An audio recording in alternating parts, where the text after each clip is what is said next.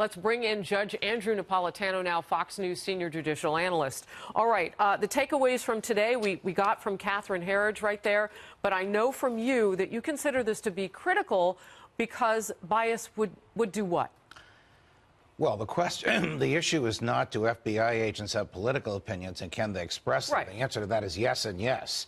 The issue is, do those political opinions in any way influence the outcome of their investigation? Now, the Justice Department and the FBI have a lot of procedures to prevent that from happening. FBI agents operate in pairs. Whatever the two discover has to be reviewed by 5 others.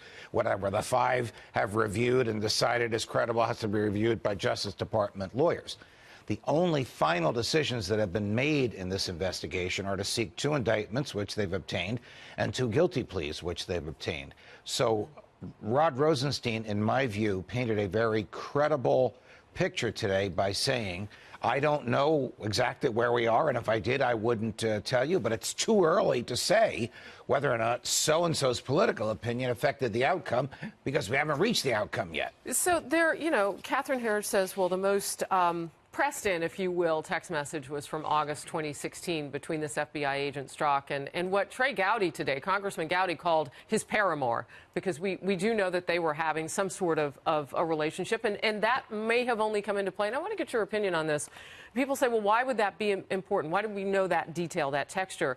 It puts that agent who's going back and forth, wouldn't it, in kind of a capitulated position, because you can bribe that person. There are a lot of things that can go on. The text message to which you refer occurred in August of 2016. Mm-hmm. Donald Trump and Hillary Clinton were running against each other. Bob Mueller's investigation, indeed the investigation into Russian involvement in the campaign, had not yet even started.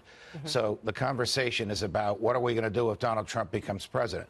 It's taken out of context. We don't know what came before and what came after. Okay, fair enough. So one way to look at it is, we've got to prevent him from becoming president. Another way to look at it is, if he becomes president, we're going to have a Republican attorney general. We're not Republicans. What kind of jobs are you worried that these were going on? They were having a relationship, so people text back and forth. I am not worried that these are going on. FBI agents are not choir boys or choir girls. They are strong-willed people with strong opinions, like the rest of us. None of this surprises me. Some basics. Representative DeSantis of Florida said, look, you can give us information if the FBI on that anti-Trump dossier flowed money for gathering information. Just real quick, I have to get your response on that. I am smiling because Attorney General Rosenstein said, I know whether or not the FBI paid for it, but I'm not allowed to tell you. We're all dying to know. Was the FBI behind this? Was it documented? Did they pay for it? Where did the money come from to pay for it? We don't know the answer to that. We may never know the answer. Wow. But he does. He does, but he can't say. The government thinks that if it keeps certain things secret, it protects the reputation of those it doesn't indict. There's a lot of logic behind that, even though it's frustrating when we want to know the answer. Judge Napolitano, thank you for being here to help us get through all of this. Pleasure to be with you, Harris.